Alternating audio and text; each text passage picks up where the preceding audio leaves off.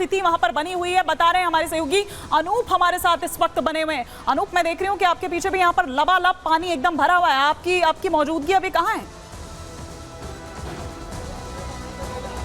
देखिए, मैं सयाजी नगर में हूँ। सयाजी नगर का ये निचला इलाका है ईमानी, और जब हम सुबह यहाँ पहुंचे थे तो हमारे बिल्कुल कंधे से नीचे तक पानी था और रेस्क्यू ऑपरेशन चल रहा था। लेकिन पानी, आज बारिश नहीं हुई, उसके बाद पानी तेजी से घटा है। अब 2 से 2.5 फीट का पानी है। मेरे पीछे आप देख सकते हैं, तस्वीर आपको दिखा रहे हैं, लोग अभी अंदर मौजूद हैं। हालांकि रेस्क्यू ऑपरेशन खत्म हो गया है। जिन लोगों को बाहर आना था उन लोगों को बाहर निकाल लिया गया है। ये वो लोग हैं जो घर से बाहर नहीं आना चाहते। इनको पता है कि एक दिन में पूरा पानी बाहर निकल जाएगा, फिर ये आसानी से सामने आ जाएंगे। लेकिन राहत भरी बात यही है ईमानी कि आज बारिश नहीं हुई है। बारिश नहीं होने की वजह से तेजी से पानी घट रहा है। सुबह जो हालात थे उससे बहुत बेहतर हालात फिलहाल इस वक्त हैं। हमारे साथ कुछ लोग भी हैं, हम उनसे बातचीत करते हैं। अभी जो हालात है बिल्कुल ठीक लग रहा है आप लोगों को? अभी बिल्कुल सही हालात है, लोग बाहर निकल चुके हैं, रेस्क्यू काम हो चुका है। एनडीआरएफ की टीम, फायर ब्रिगेड की सारे जवान लोग आए थे, सब रेस्क्यू करके लोगों को बचा करके लेके गए हैं। कितनी दिक्कत हो रही थी आप लोग? बहुत पानी था, शायद 15 से 18 फीट पानी रोड पे मौजूद था। यहाँ पे लोगों को आना जाना बहुत परेशानी। बाबा आप बताइए, 3 दिन से बारिश हो रही थी, कितनी परेशानी हो रही थी? अरे बहुत परेशानी हो रही है। ये ओवर ब्रिज के बाजू में फिर भी कमर जितना पानी था, और आगे तो और लोग डूब गए, इतना पानी था। कम से आज थोड़ी राहत है ईमानी। आप बताइए, आप यहीं के रहने वाले हैं, अब भी लोग देखिए पानी से होकर निकल कर सामने आ रहे हैं। यहाँ पर अभी फिलहाल 4 दिन से इतना पानी था कि यहाँ पर कोई राहत के लिए आया नहीं था। यहाँ के जो रेस्क्यू, ईमानी मैं एक तस्वीर दिखाऊंगा आपको, देखिए कैसे ट्रैक्टर से होकर लोग जा रहे हैं और राहत सामग्री जो है वो समझना चाह रही थी अनूप, क्योंकि देखिए ये ट्रैक्टर आप यहाँ पर दिखा रहे हैं, और जब इन लोगों के घरों में इतना पानी भरा हुआ है और यही सड़कें बता रही हैं कि एकदम ये दरिया बनी हुई है, नदियां बनी हुई है, तो क्या कोई वैकल्पिक व्यवस्था ऐसे लोगों के लिए प्रशासन की तरफ से? वो तो कह रहे हैं कि मदद पहुंची नहीं उन तक। देखिए, बहुत सारे ऐसे लोग हैं जो ये कह रहे थे प्रशासन की मदद लेट पहुंची है। और जो वडोदरा का हिस्सा है, वडोदरा में आप समझिए 2014 के बाद ये दूसरी बार ऐसे हालात आए हैं, और इतनी ज्यादा बारिश आज तक वडोदरा के लोगों ने देखी नहीं थी। हम जिन लोगों से बातचीत कर रहे थे मानी, वो खुद कह रहे थे कि बाढ़ जैसे हालात तो थे लेकिन इतने बुरे हालात नहीं थे। अभी आपसे मैं कह रहा था कि बारिश नहीं हुई मानी, बारिश शुरू हो गई है। देखिए, एक बार फिर बारिश शुरू हो गई, लेकिन बारिश अगर ज्यादा देर तक होगी तो आफत और ज्यादा बढ़ेगी। और 1 सितंबर तक मौसम विभाग ने साफ कर दिया है कि इतनी जल्दी निजात लोगों को इस परेशानी से नहीं मिलना है। हालांकि बड़ोदरा को लेकर कहा जा रहा है कि रेड अलर्ट, यहां से येलो अलर्ट जो है वो हटा दिया गया है, लेकिन सौराष्ट्र में अब भी बारिश का अलर्ट है और उस इलाके में अभी तेज पानी आ रहा है। यहां पर आप जो पानी देख पा रहे होंगे मेरे पीछे ईमानी, लोग देखिए ट्रैक्टर से होकर जा रहे हैं। मैं कहूंगा एक बार दिखाएं उमेश आपको, ट्रैक्टर से जा रहे हैं सामग्री, राहत सामग्री लेकर, और अंदर जो लोग हैं, जो लोग बाहर नहीं आना चाहते हैं, उन तक खाना पानी पहुंचाया जा रहा है। हालांकि सेना, एनडीआरएफ, एसडीआरएफ, जो तमाम जो रेस्क्यू टीम थी, उन्होंने अपना रेस्क्यू खत्म कर दिया है, लेकिन अब भी हालात हैं ऐसे। 1.5 से 2 फीट का पानी अब भी यहां बचा हुआ है। लोग ये कह रहे हैं कि कल सुबह तक ये पानी भी यहां से निकल जाएगा, तब ये लोग राहत की सांस लेंगे। हिमानी, बिल्कुल अनूप, आप हमारे साथ बने रहिए और अपना भी बहुत ख्याल रखिए। देखिए, जिस जगह पर आप हैं वहां पर बहुत ज्यादा स्थिति गंभीर है, लेकिन तस्वीरें हम दिखा रहे हैं जो अनूप हम तक पहुंचा रहे हैं, और साथ ही साथ अब भी कुछ लोग जो मदद का इंतजार कर रहे हैं। लेकिन ये देखिए, ये हम आपको दिखा रहे हैं कि ये रिहायशी इलाके हैं। यहाँ पर लोग चलते फिरते थे, उनके घर यहाँ पर हैं। रिहायशी इलाके जब मैं कह रही हूँ तो घर उनके थे। आप देखिए कि किस तरह से दीवारें ध्वस्त हो चुकी है, और यहाँ से किस तरह से जो पानी है, नदियों का ये जो पानी है, वो किस तरह से, बारिश का जो ये पानी है, वो किस तरह से लोगों के घरों तक घुस चुका है। और ये उन इलाकों का हाल है, वहां पर बोट लगानी पड़ी है। एनडीआरएफ, एसडीआरएफ की जो टीम है वो वहां पर तैनात की गई, दीवारें ध्वस्त हो चुकी है।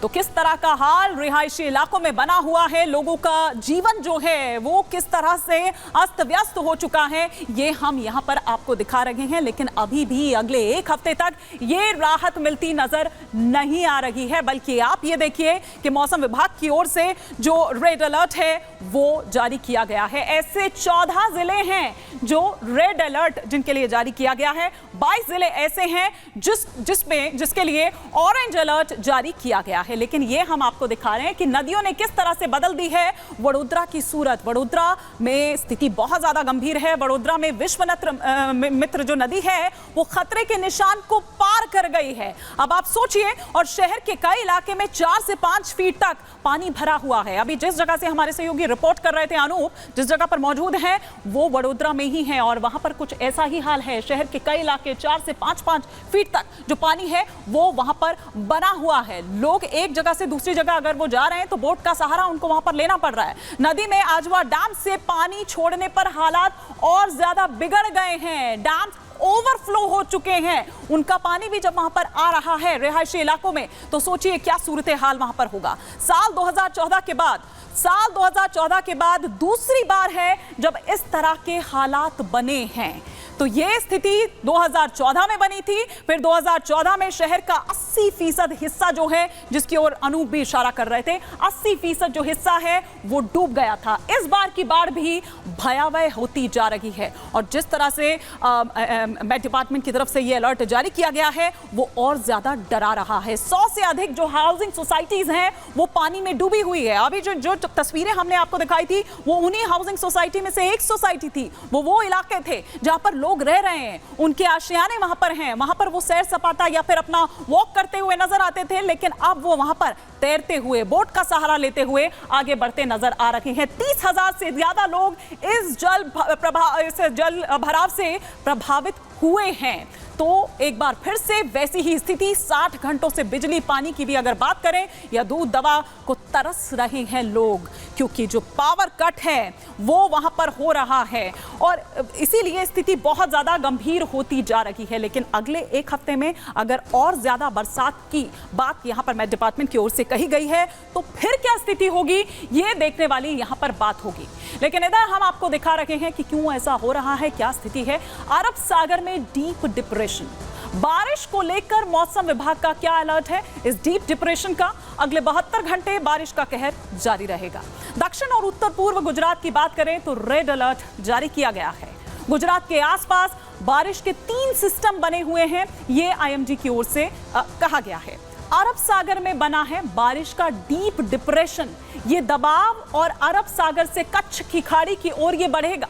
सौराष्ट्र, कच्छ के जिलों में भारी बारिश के आसार हैं। इस दबाव का असर राजस्थान और मध्य प्रदेश पर भी पड़ेगा। तो ये डीप डिप्रेशन जो है उसका असर राजस्थान और मध्य प्रदेश तक भी होता हुआ नजर आएगा। अनूप हमारे सहयोगी हमारे साथ बने हुए हैं। अनूप, आईएमडी की तरफ से जो ये अलर्ट जारी किया गया है ये डरा रहा है, ये बता रहा है कि किस तरह से एक बार फिर से वैसे ही क्या स्थिति होने वाली है जब 2014 में 80% हिस्सा डूब गया था।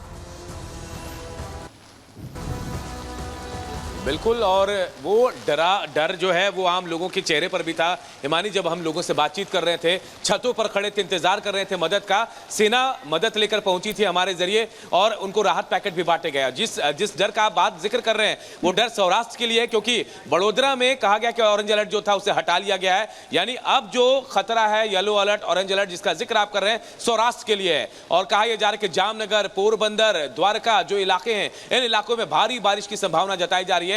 कल रात की बात करें तो कल रात बताया जा रहा था कि जामनगर के आसपास द्वारका के नेशनल हाईवे के ऊपर से पानी बह रहा था और पानी इतना तेज था कि लोगों को जाने से भी रोक दिया गया था। लेकिन आज ये कहा जा रहा है कि बारिश थोड़ी कम हुई थी तो थोड़ी राहत वहां भी मिली है। लेकिन ये 1 सितंबर तक ये अलर्ट है और ये अलर्ट लोगों को डरा रहा है। मैं जहां पर मौजूद हूं वडोदरा, यहां तो थोड़ी राहत आ गई है क्योंकि बारिश नहीं हुई थी, अब थोड़ी बारिश हो रही है हिमानी। लेकिन ये बारिश रहकर रुक रही है तो इससे तो लोगों को राहत मिले कि लगातार बारिश नहीं हो रही है और जलस्तर बहुत ज्यादा बढ़ नहीं रहा है हिमानी।